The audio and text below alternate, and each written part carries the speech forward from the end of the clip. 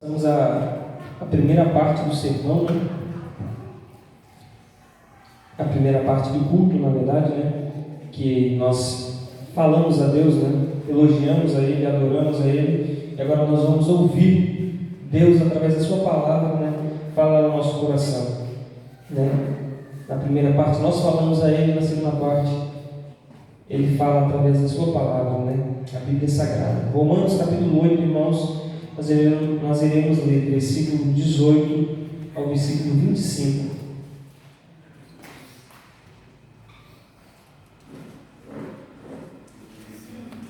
Romanos 8, versículo 18 ao 25.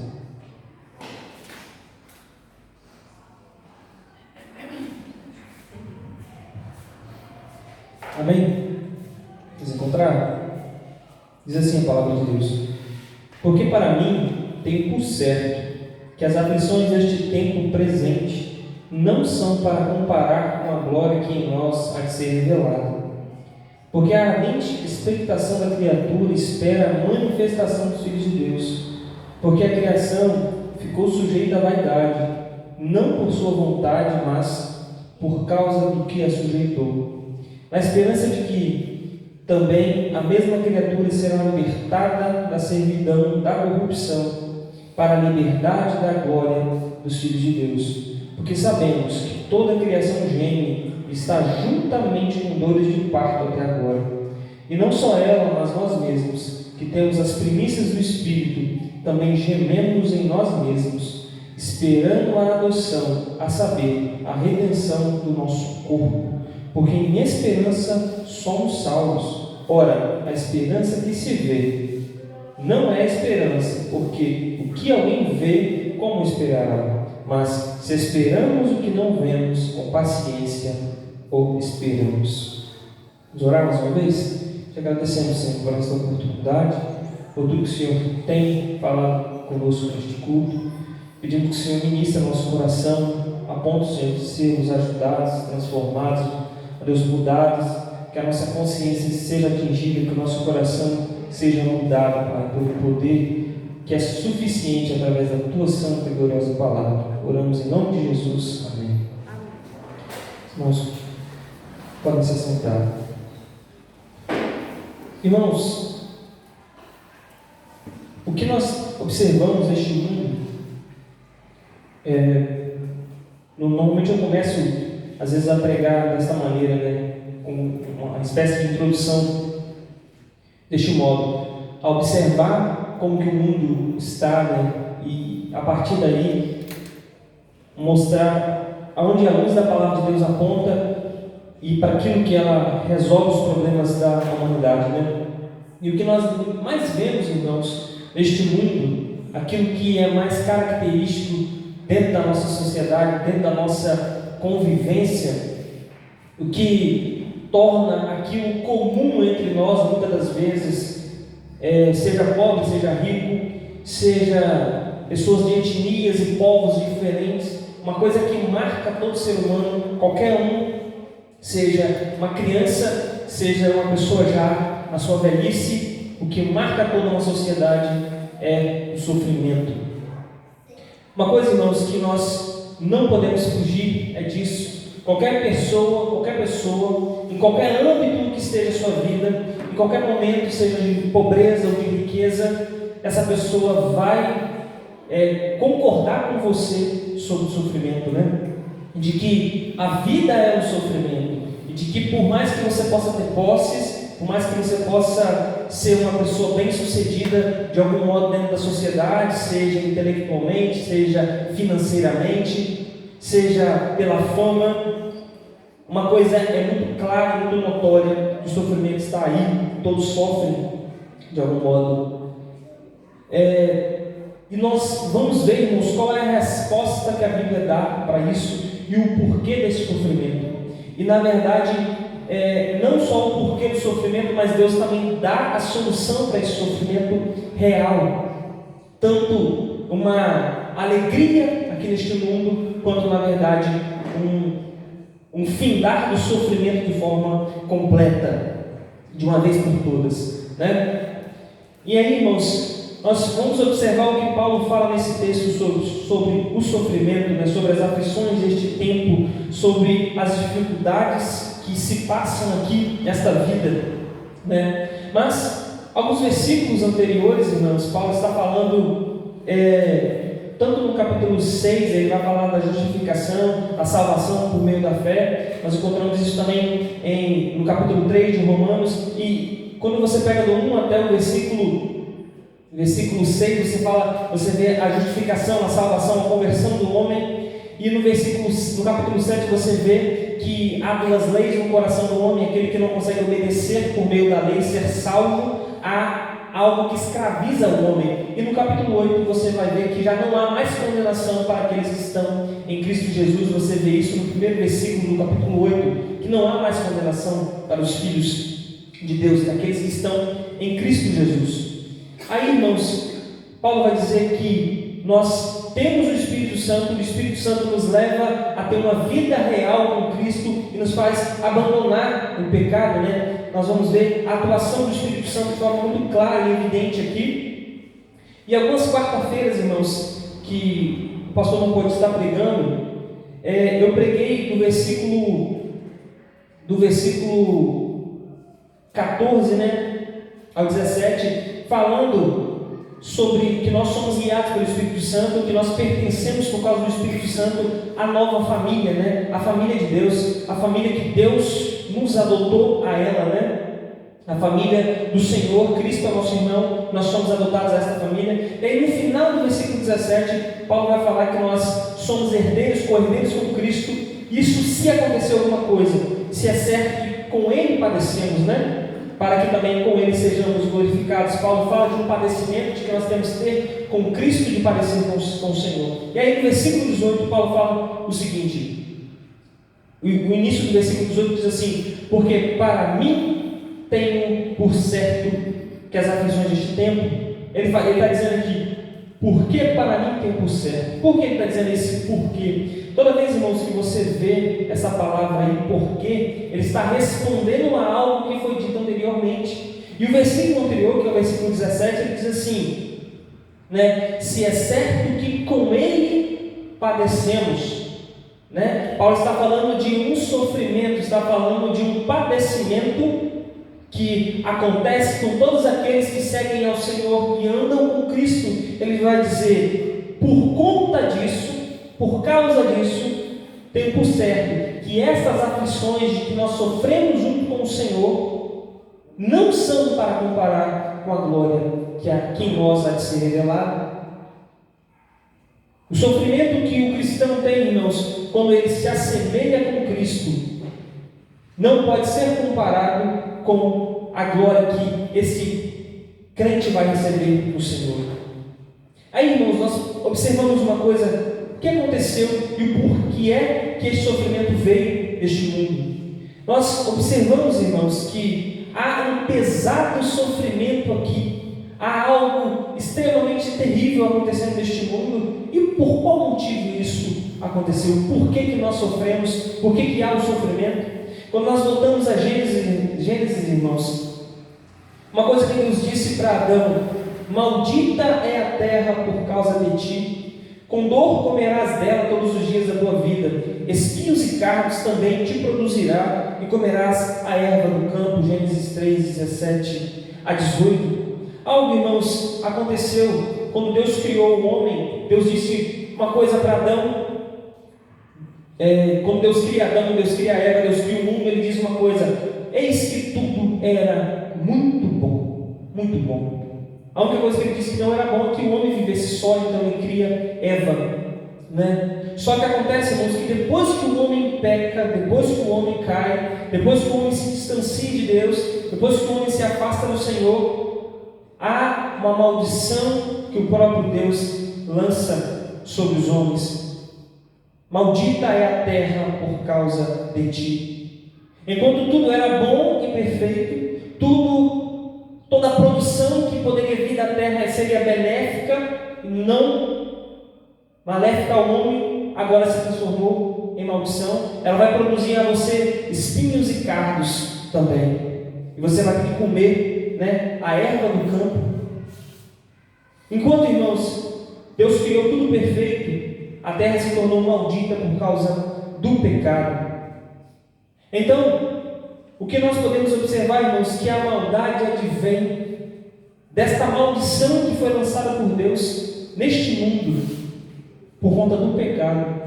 Cada sofrimento e aflição, irmãos, que advém a nós, advém por conta do pecado de Adão. Adão pecou e lançou uma maldição sobre a terra, lançou um peso de sofrimento neste mundo. Agora o trabalho é penoso, agora qualquer alegria ela é momentânea e passageira. Tudo que nós quisermos ter como alegria não realmente encherá o nosso coração, porque a terra ela é hostil a nós. A maldição ela entrou aqui. Agora os animais são ferozes, agora há malícia no coração do homem, agora há engano. Aí você vê a raça humana se destruindo. Você vê que quando você olha para Gênesis, você vê o primeiro assassinato, você vê os primeiros atos de adultério, de fornicação. Você vê que os homens passaram a ter várias mulheres por conta do pecado que atingiu o coração do homem. Os homens passaram a enganar uns aos outros e houve um terrível sofrimento. Então o primeiro ponto é que o sofrimento vem primeiro por conta do pecado de Adão.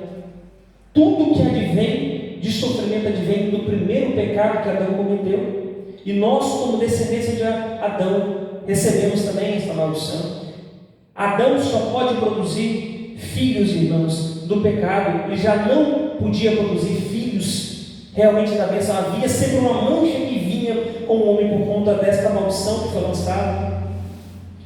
Segunda coisa, o pecado também agora, a maldade e o sofrimento também vem por conta do pecado do próprio coração do homem. Enquanto há um pecado que foi de Adão e lançado a todos os homens, há também um pecado específico de cada homem. Isso faz com que o sofrimento aumente cada vez mais.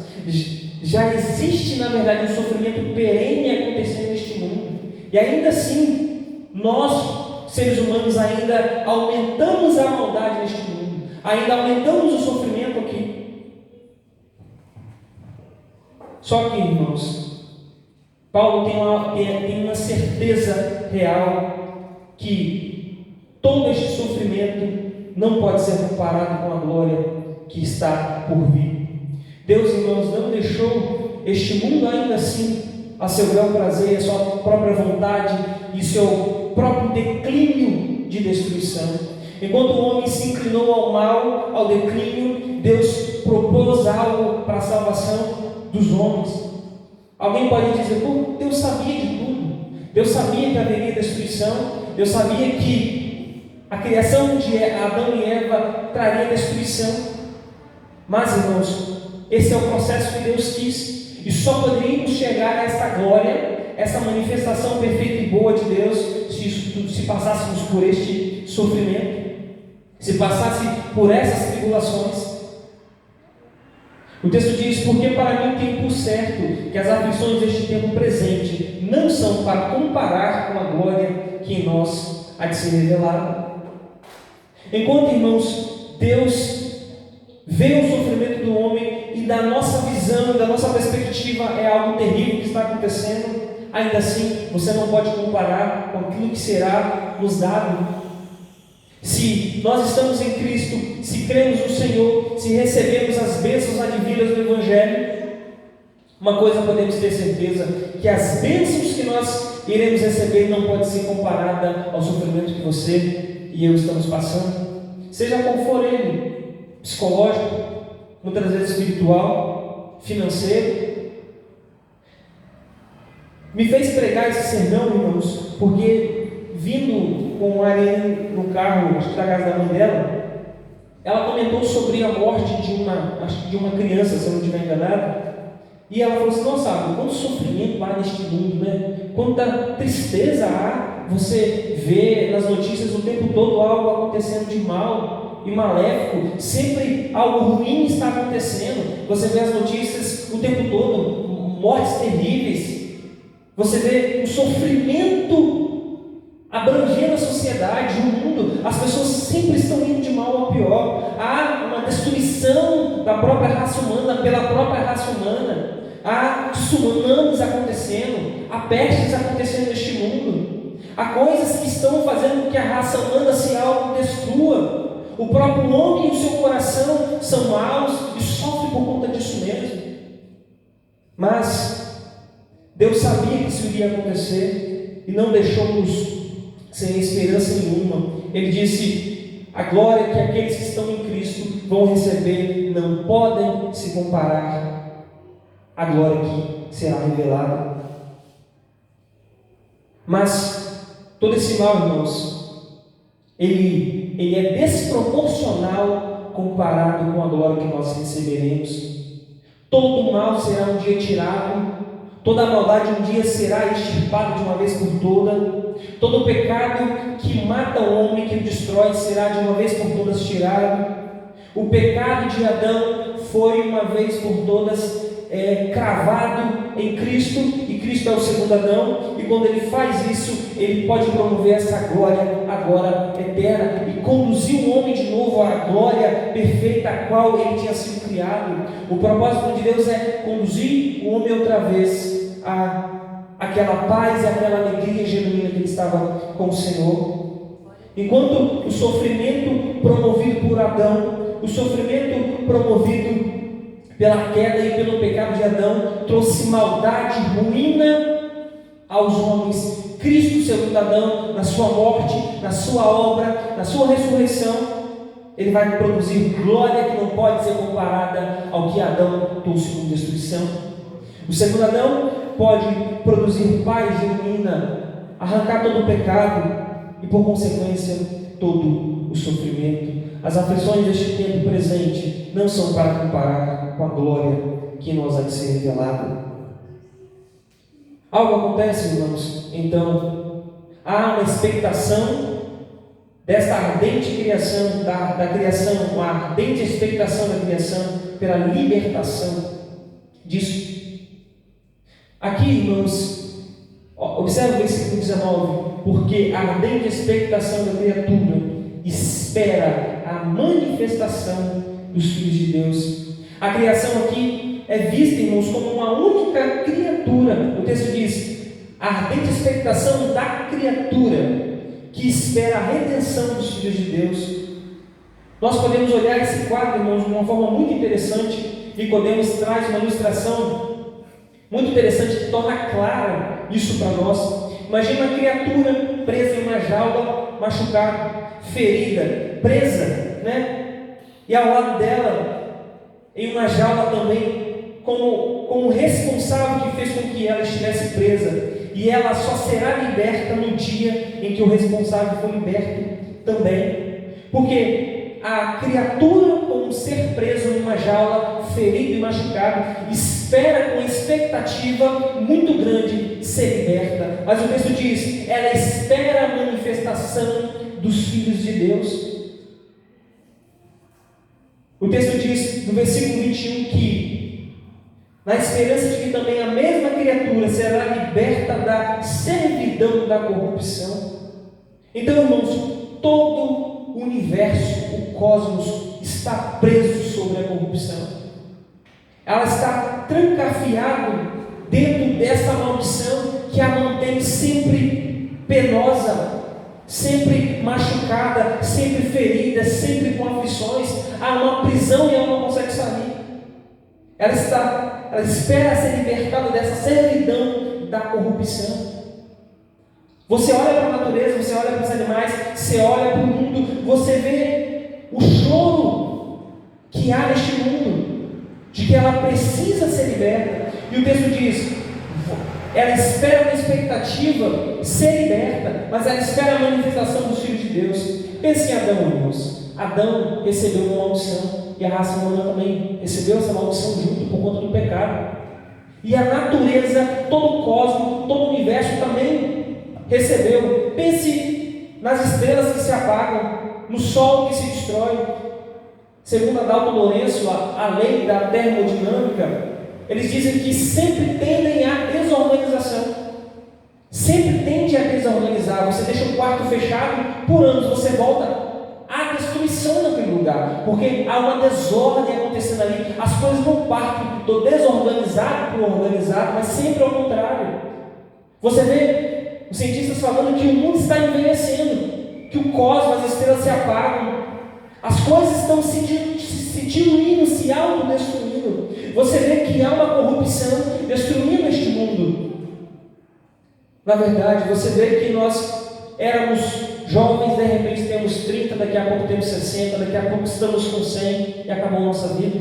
A força física vai embora, o intelecto vai. Você é uma pessoa completamente saudável, mas não consegue controlar a mente. Isso é destruição. Estamos presos sobre esta corrupção, a natureza inteira está assim. Como, irmãos, o homem era representante de Deus neste mundo. Adão era o gerente que Deus colocou neste mundo para conduzir este mundo. Logo, quando Adão peca, ele recebe maldição. E como que Adão gerenciava tudo isso que Deus deu a ele, que era muito bom para ele cuidar, logo esta natureza também recebeu esta maldição. Aí a raça humana ficou presa, e pensa que um homem como se fosse Adão, preso dessa corrupção. A criação também ficou presa. Pensa na criatura, e a criatura olha com expectativa para aquele que foi responsável pela sua queda, e ela espera que aquele seja redimido, e no dia que aquele for redimido, ela também poderá ser redimida. E o texto diz: porque a ardente expectação da criatura espera a manifestação dos filhos de Deus. Ela espera tanto quanto os filhos de Deus serão de uma vez por todas libertos, ela também será liberta. Ela tem essa expectativa, esse ardente desejo de ser liberta. Ela clama por ser liberta de uma vez por todas. Então, irmãos, neste mundo algo que mantém a criação presa, né? E Paulo chama isso da servidão da corrupção. Agora, Paulo também fala, irmão, no versículo 19, que espera a manifestação dos filhos de Deus. Deus um dia, irmãos, há de restaurar os seus filhos. Deus um dia há de manifestar a este mundo. Isso é muito interessante. Quem são os filhos de Deus? Uma coisa, irmãos, se nós permanecermos fiéis ao Senhor, Deus um dia fará diferença entre o santo e o profano, entre aqueles que servem a Deus e aqueles que não servem. É como se Deus viesse na volta dele e dissesse: esses são meus filhos, esses que me obedeceram, esses que serviram-me com fidelidade genuína, esses que ainda que são falhos e pecadores, me amaram com a sua pequena força, ainda que com a sua fraqueza amaram-me. Eu vou manifestar a este mundo: estes são os meus filhos. Eu os libertei, eu os transformei. Então, irmãos, a volta de Cristo vai ser o dia da manifestação dos filhos de Deus, em que Deus fará claramente, irmãos, a divisão entre aqueles que são seus filhos e aqueles que não são. Uma coisa, irmãos, que é muito interessante pensarmos, porque as pessoas hoje falam sobre Jesus, as pessoas falam que amam o Senhor, que amam as ideias, como o irmão Vinícius está falando hoje na escola dominical. As pessoas dizem sobre Cristo muitas das vezes, eles compram a ideia de quem é Jesus, a ideia de beleza, de bondade, daquilo que ele faz, mas haverá uma distinção muito clara daqueles que realmente querem servir ao Senhor e aqueles que não querem. Deus há de manifestar os filhos dele, irmãos, de forma muito clara. E como os versículos anteriores, o versículo 14 e 17 fala daqueles que pertencem à família de Deus, Deus irá dizer de forma muito clara: estes são os meus filhos, estes são aqueles que foram libertos por mim. E a criatura está esperando este dia, essa criação, o cosmos há de ouvir de forma muito clara de que estes são os filhos de Deus que serviram a Ele. Agora, irmãos, o texto continua, versículo 20: porque a criação ficou sujeita à vaidade, não por sua vontade, mas por causa do que a sujeitou. Essa criatura, irmãos, ficou sujeita a essa vaidade, e podemos traduzir essa palavra vaidade aí como inutilidade. Há exemplo, irmãos, do que Salomão disse, em que tudo era vaidade. Uma coisa, irmãos, que nós podemos observar aqui, você vê, ainda assim, beleza neste mundo. Você vê a natureza, é muito bela. Você vê lugares incríveis para se conhecer. Você tem comidas exóticas muito deliciosas, coisas que nossa mente às vezes não conhece ainda neste mundo. Belezas que a gente sequer imagina muitas das vezes. Mas, irmãos, tudo ficou sujeito à vaidade. Tudo, na verdade, é inútil no fim das contas. Salomão disse que quer você trabalhe, quer não, é vaidade. Quer você enriqueça, quer não, é vaidade. No fim das contas é inútil. No fim das contas, por mais que você coma comidas deliciosas, aquilo preenche por um momento, aquilo satisfaz por um momento. Toda a criação, ela tem um momento e um espaço de tempo limitado. Nada é suficiente. O coração realmente não se preenche, porque ficou sujeito à inutilidade. E a inutilidade aqui, irmãos, é porque ela não pode realmente glorificar a Deus. Não pode haver um genuíno dever de glorificar a Deus. Por isso, irmãos, que o dever de todo homem é glorificar o Senhor. Paulo falou: quer vocês comam, quer vocês bebam, tudo façam para a glória de Deus. Então a criatura ficou sujeita a algo que é só passageiro. Pela graça de Deus, irmãos, nós temos bondades neste mundo. Os homens fazem bondade. Há belezas incríveis, mas essas belezas podem ser só úteis, só passageiras, só coisas momentâneas. Há uma alegrias passageiras deste mundo. Só que essa criação não ficou sujeita à vaidade, não por sua vontade, mas por causa do que a sujeitou. Nós podemos ver, irmãos, o que a sujeitou. É possível duas traduções, normalmente, ou interpretações. A primeira é que Adão a sujeitou, porque a maldição caiu sobre Adão.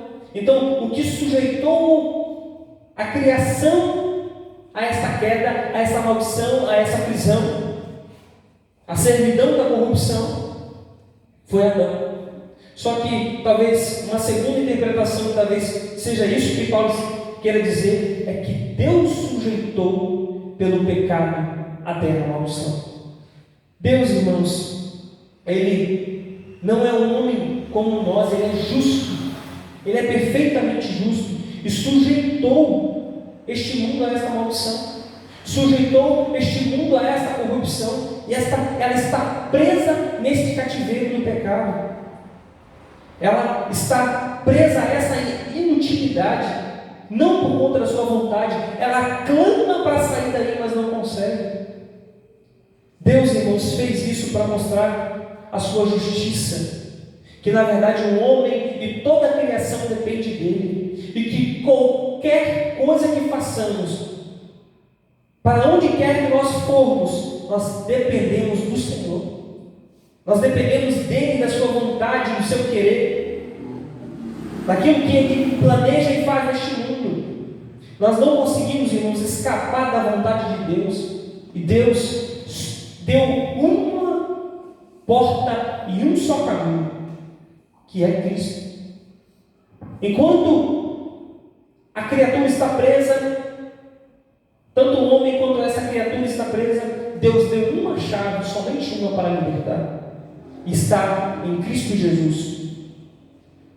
Haverá um dia que a manifestação de Cristo, irmãos, neste mundo, vai destrancar todas as cadeias e vai libertar essa criação. Então, o versículo fala na esperança, versículo 21, na esperança de que também essa mesma criatura será libertada da servidão da corrupção para a liberdade da glória dos filhos de Deus. Como, irmãos, Paulo está repetindo o que ele já disse aqui. Ele está falando, essa criatura só será liberta dessa servidão da corrupção para a liberdade da glória dos filhos de Deus. Só os filhos de Deus forem libertos, é que essa criatura será liberta também.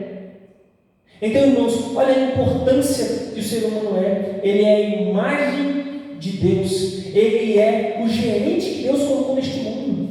E Deus age, irmãos, por meio do homem. E essa criatura está com expectativa muito alta de que os filhos sejam libertos, porque ela só será liberta desta maneira. O pecado só será tirado, porque o agente principal de Deus que foi colocado neste mundo precisa ser liberto primeiro. Precisa haver uma libertação do homem de forma completa e Deus há de restaurar todas as coisas. O que Pedro disse, irmãos? Que este mundo, os elementos derreterão e Deus fará novos céus e nova terra. Agora, uma coisa, irmãos, que nós podemos observar no versículo 22.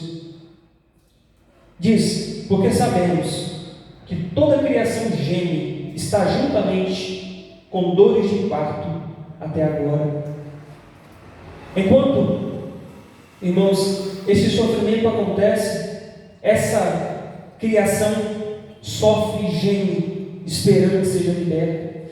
Ela grita de forma estrondosa, gemendo de dor para ser liberta. Ela, como num cortejo fúnebre, toda a criação está gritando: nós precisamos ser libertos, nós precisamos ser libertos.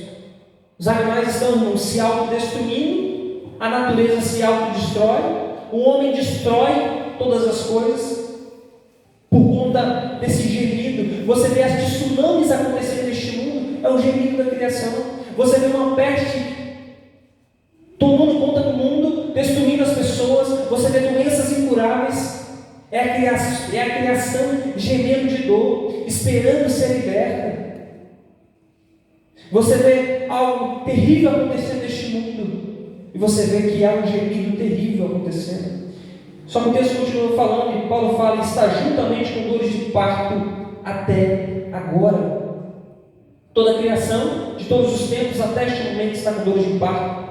E aí nós podemos interpretar dores de parto como o seguinte: quando uma mulher vai dar à luz, ela está em trabalho de parto, em trabalho de parto normal, ela passa por muitas horas de dor terrível, de gemido terrível, até que seu filho nasce. Não é isso que nós vemos? Mas depois que a criança nasce, depois que o filho nasce, ela sequer lembra de que tinha dor. A alegria é tão grande, a alegria é tão genuína, é tão completa, é tão perfeita, é tão bela, que a dor que ela sentia não pode ser comparada com a alegria agora recebida. É isso que essa criatura está fazendo, é isso que Paulo está dizendo: as aflições deste tempo não podem ser comparadas com a glória que nós há de ser revelada. Nós podemos passar, irmãos, por dores de parto terríveis, mas se nós esperamos em Cristo, nós estamos esperando com dores de parto, mas por uma alegria muito superior à que nós estamos sentindo. Ela está gemendo para dar à luz, está gritando por dor terrível, mas ela tem uma expectativa: essa dor vai passar, a alegria que vai vir é maior. O que eu vou receber vale muito a pena passar ainda por essa dor. Não é assim que uma mãe pensa? Ela sofre por tudo, ela suporta tudo, ela passa por qualquer dificuldade que for, mas ela vai até o fim para que o seu filho nasça. Por quê? Porque ela sabe que a alegria depois vai ser maior, ela sabe que haverá um prazer genuíno. Lembra de Hebreus capítulo 12, que Cristo, pela alegria que ele esperava, ele suportou a cruz. Pela alegria que lhe estava proposta, ele suportou a cruz. Paulo vai dizer no versículo 17 que nós devemos padecer com Cristo, nós devemos sofrer juntamente com Ele. Aí ele fala: porque estou certo de uma vez por todas, para mim, que as aflições aqui, que o sofrimento que nós passamos por Ele, vale a pena. A alegria genuína, real, verdadeira, não passageira. Aí Paulo vai dizer, versículo 23: e não só ela, mas nós mesmos que temos as primícias do Espírito, também gememos em nós mesmos, esperando a adoção, a saber, a redenção do nosso corpo. Não só, irmãos, a criatura geme, mas nós juntamente gememos com a criatura. com todo o cosmos gemendo, nós também sentimos a dores de parto, nós também sofremos. E olha o que o texto diz: que temos as primícias do Espírito. Algo, irmãos, que nós devemos pensar sobre o Evangelho que nós ouvimos, que vemos na televisão, que vemos na internet. O genuíno Evangelho não exime você de sofrimento. Você está dizendo, nós gememos, mesmo nós que nós temos as primícias do Espírito. Cristo não falou, irmãos, que nós teríamos uma vida tranquila e fácil, de forma muito tranquila. Não foi assim que Cristo disse. Ele disse: no mundo vocês teriam aflições, mas tem de bom ânimo. Isso prova, na verdade, que esse Evangelho que tem sido pregado aí, que na verdade você está passando por sofrimento por conta de um pecado específico. Você sofre porque você não está em Deus.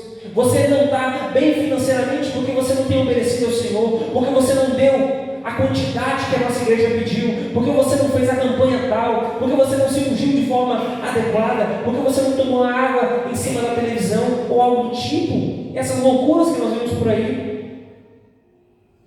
Enquanto nós vemos, irmãos, um Cristo sofredor, enquanto nós vemos um Cristo que subiu à cruz, como disse Spurgeon, nós queremos ir ao céu, nos ombros dos homens e em meio aos aplausos. Enquanto Cristo foi ao céu por meio da cruz, nós vemos, irmãos, crentes genuínos e fiéis sofrendo neste mundo. Lembra de Jó? Homem temente, reto, que se desviava do mal, homem que obedecia a Deus de forma perfeita, irmãos, que vivia com o Senhor. Deus, em um dia, permitiu que o diabo tirasse tudo dele. Tudo. Seus filhos, seus bens, todo o seu gado, seus criados, seus empregados. E além disso, colocou ainda uma doença nele, uma chaga que ele ficava se coçando com um pedaço de telha. E não só isso, ainda a mulher dele dizia para ele: amaldiçoa o seu Deus e morre. Que sofrimento maior que Jó passou. Ele tinha sim o Espírito Santo, ele era sim crente, ele passou por sofrimentos terríveis. Isso não exime eu e você de sofrimento. Os amigos de Jó chegaram até Jó e falaram: Jó, você está em pecado. Jó, você não obedece a Deus de forma adequada. Mas Jó falava: não, minha consciência não me acusa, eu não pequei, eu estou vivendo de forma correta diante de Deus. Eu sei que eu sou um pecador, eu sei que eu peco muitas vezes contra Deus, mas eu me arrependi, minha consciência não está pesada. Mas eles diziam: não, você tem um pecado, é por isso que Deus te amaldiçoou. Provavelmente essas religiões diriam isso, irmãos, esses falsos evangélicos, esse falso evangelho diria isso para nós. Mas Deus, irmãos, muitas das vezes nos dá gemidos também junto com a criatura. Nós gememos, nós podemos ter doença, nós podemos perder o nosso emprego, nós podemos perder nossos entes queridos, nós podemos perder nossa casa. E se uma guerra eclodisse no Brasil? Graças a Deus não acontece. E se um tsunami acontecesse aqui? Tanto o ateu quanto o crente iria sofrer. O ateu perde a empresa, o crente também. Nós não estamos livres disso. Nós gememos também. Só que uma coisa, irmãos, que acontece: nós temos as primícias do Espírito. Nicodemos explica isso de forma muito clara, irmãos. Ele fala que as primícias do Espírito era o que acontecia no Antigo Testamento. Quando você ia ofertar ao Senhor no templo, você levava as primícias da sua oferta. Você tinha uma plantação e os primeiros frutos você levava a Deus, ao templo, e dizia: Senhor, tudo que eu tenho é teu, e os primeiros frutos da minha terra eu dou ao Senhor. Isso são as primícias que aconteciam no Antigo Testamento. E Paulo está dizendo: vocês têm as primícias do Espírito. É como se nós, irmãos, tivéssemos, Deus nos desse o Espírito Santo, e é uma parte daquilo que é o céu. Nós sentimos a alegria verdadeira, nós andamos na verdade, nós andamos na luz, nós temos uma paz que molda o nosso coração, que cuida da nossa alma. Nós temos as primícias do Espírito, nós temos algumas particularidades que só os salvos em Cristo têm. Deus deu, irmãos, por assim dizer, um pedaço da plantação das primícias do céu a nós. Deus nos deu pelo seu Espírito, irmãos, bênçãos intangíveis ao nosso coração, para nós não sofrermos tanto aqui. Ele nos deu uma alegria genuína e verdadeira. Nós temos as primícias do Espírito. E ainda Nicodemos fala, irmãos, que as primícias do Espírito são aquela cesta de frutos do Espírito que está em Gálatas. Lembra? Os frutos do Espírito: mansidão, benignidade, bondade, alegria, paz. Nós temos a cesta do Espírito Santo, que são os seus frutos, irmãos. Que bênção que nós temos, que alegria que nós podemos realmente ter, apesar de gemermos juntos também. Só que, irmãos, nós gememos esperando a adoção. Ele vai explicar o que é adoção, a saber, a redenção do nosso corpo. Nós, irmãos, aguardamos a redenção do nosso corpo. O Evangelho, irmãos, ele não é, Deus não quer somente o seu coração, Deus também quer o nosso corpo. Por que então Deus ressuscitaria o nosso corpo? Por que então Deus ressuscitaria, transformaria? Aqueles que vão vivos ao céu serão transformados. Deus não vai arrancar o nosso corpo e só puxar a nossa alma. Lembra do que aconteceu com Jesus? Ele ressuscita e o seu corpo é transformado em um corpo de glória. O corpo que Cristo mandou aqui. Lembra que ele disse para Tomé: toca Tomé na minha mão, toca Tomé ao meu lado, me dá um peixe para comer. Era o corpo físico de Cristo, mas depois sendo transformado, e ele acende a glória. O Evangelho, irmãos, ele é um todo. Deus não está simplesmente preocupado com a parte nossa só, não. Ele está preocupado com um todo nosso. Deus quer-nos de forma completa e perfeita. E isso, irmãos, é o que nós esperamos: a adoção do nosso corpo, a redenção do nosso corpo, a adoção. Nós fomos trazidos à família do Senhor e o nosso corpo foi redimido de forma completa. Nós gememos esperando que isso aconteça. Uma coisa, irmãos, que nós podemos observar sobre a salvação é que ela acontece de 3 modos: justificação, regeneração, que aí justificação, regeneração, santificação e depois glorificação. E quando nós fomos salvos, quando cremos em Jesus, Deus tirou a culpa do nosso coração.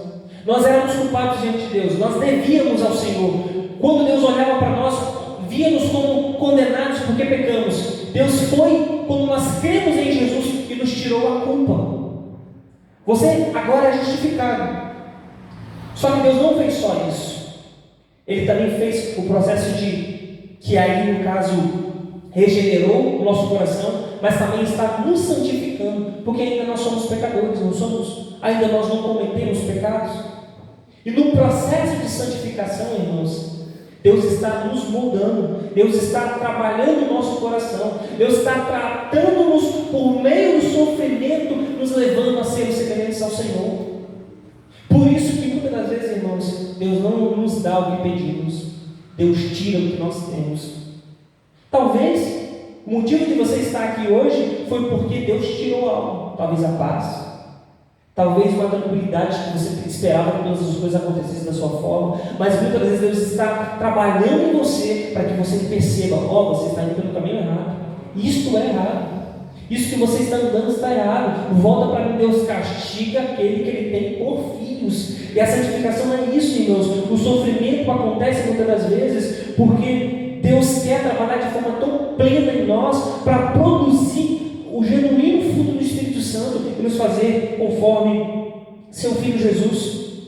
Então, a redenção do nosso corpo passa por esse processo. Primeiro, a culpa é tirada, depois o pecado está sendo tirado de nós por meio da santificação, e por fim, a glorificação, a redenção de forma completa do corpo. Observe o passo que Deus faz: Primeiro ele tira a culpa, depois ele vai tirando o pecado, e por fim ele limpa de forma, a presença do pecado é retirada, e assim o nosso corpo é redimido de forma completa. É por isso, irmãos, que há muito sofrimento. É por isso que nós lutamos de forma, se nós somos cristãos, nós lutamos contra o pecado, nos entristecemos contra ele.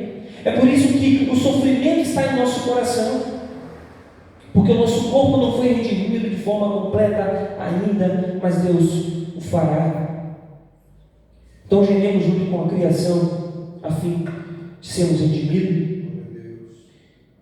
E aí, o versículo 24 e o 25, porque em esperança somos salvos. Ora, a esperança que se vê não é esperança, porque o que alguém vê, como esperará? Mas se esperamos o que não vemos, com paciência o esperamos. Quando nós, irmãos, aceitamos a fé, nós esperávamos que algo acontecesse. E essa é a transformação, irmãos, do nosso corpo. Quando nós cremos em Cristo, nós tínhamos uma expectativa no nosso coração que algo acontecesse. Se você foi salvo em Jesus, você esperava que fosse transformado, não é assim? Você tinha expectativa de que tudo fosse mudado. Então, nós esperávamos, nós tínhamos expectativa, nós tínhamos esperança de algo acontecer. Só que a salvação é um processo e Deus está trabalhando em nós. Só que, irmãos, Paulo vai dizer, a esperança que se vê não é esperança, porque o que alguém vê, como esperará? Paulo fala, irmãos, em 1 Coríntios, que nós não andamos por vista, mas por fé. O vislumbre que Paulo está pintando aqui, irmãos, aqui, as glórias que serão manifestas para nós não podem ser comparadas com as aflições que nós passamos aqui. Só que você só tem isso, irmãos, como um vislumbre pela palavra de Deus. Você consegue só enxergar isso pela fé. Este mundo é tão real quanto a nossa realidade aqui, mas nós só enxergamos ele por meio da fé. E lembra nos versículos anteriores, de alguns irmãos que estiveram na quarta-feira que preguei, que o Espírito Santo testifica em nosso coração que nós somos filhos de Deus. O Espírito Santo está movendo o nosso coração a crer nessas verdades da Escritura, de que as aflições deste tempo não podem se comparar com as glórias que há de ser revelada em nós. Então, você não deve andar por vista, mas crer somente na palavra de Deus. Há clareza e demonstrações na Escritura de que a esperança que nós vamos receber é muito maior. O pecado será completamente retirado, haverá paz, toda lágrima será enxugada, haverá verdadeira alegria, haverá uma transformação de forma completa. Nossa! E Deus há de nos transformar e transformar o nosso corpo como o de Cristo. Então, mas nós, versículo 25, mas se esperamos o que não vemos, com paciência o esperamos. Paulo fala, irmãos, que nós devemos ter paciência e lutarmos de forma plena aqui, até que cheguemos àquele outro lado.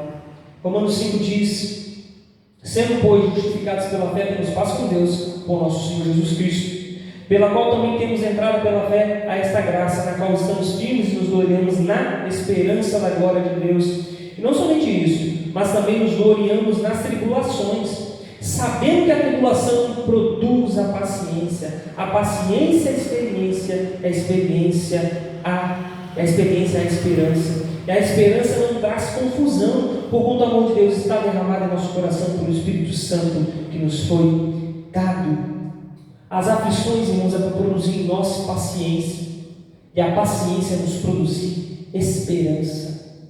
Deus, irmãos, não fez tudo o que tinha para fazer com você, comigo, porque Ele quer nos produzir paciência e confiança plena nele, confiança na sua palavra. Lembra de Abraão? Sai, Abraão, da sua terra, anda, olha o céu, olha a areia do mar, creia na palavra de Deus.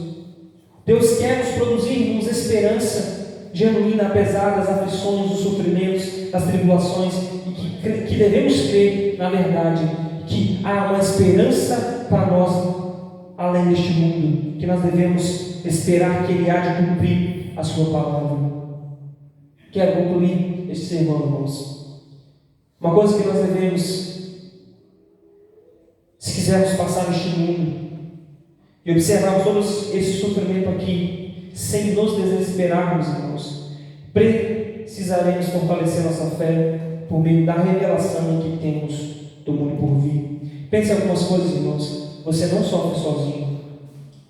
Você não está exime de sofrimento porque é crente. E você deve ler e fazer com que essa esperança seja edificada no seu coração. Como? Pense em um homem que está na guerra e a sua família está em casa. Esse homem escreve uma carta e essa família cria uma expectativa muito alta para a volta do pai que foi à guerra. E esse homem escreveu uma carta. Quando a mãe e os filhos leem aquela carta, cria uma expectativa, cria um coração alegre, de expectativa de que o pai há de retornar. Tal data eu volto para casa. A guerra está aqui, eu estou bem. Aconteceram muitas coisas terríveis, mas ainda assim estou bem. Mas eu vou voltar tal dia. Eu estou voltando. Qual seria a expectativa dessa família? De esperança, de ânimo. Assim é a palavra de Deus. A nossa esperança só será edificada quando nós lermos e meditarmos na palavra de Deus. É por isso, irmãos, que muitos de nós caímos da fé. É muito por isso que as igrejas estão aí, porque não conhecem a palavra de Deus, a carta que o Senhor nos deu para esperarmos e andarmos aqui neste mundo. O sofrimento seu, o meu sofrimento, o nosso sofrimento não pode ser comparado com a glória que há de ser revelada. Ande com o Senhor. Talvez o câncer vai nos acontecer, aflições irão nos acontecer, mas pense, compare este sofrimento com a glória que você há de receber, e isso não é nada, isso não é absolutamente nada, é verá esperança para nós. Amém? Vamos orar? Te agradecemos, Senhor, pela Tua palavra, te louvamos por tudo aqui neste mundo. Ó Deus, sabemos que este mundo está em sofrimento e aflições terríveis, Senhor. Que o nosso coração seja, Senhor, fortalecido pela Tua palavra, que possamos ter em mente, Senhor, que as aflições aqui são passageiras e momentâneas, que há uma glória muito superior a isso. Ajuda-nos a termos isso na nossa consciência e coração. Abençoa cada um dos irmãos que aqui estiveram. Oramos assim, Pai, em nome de Jesus.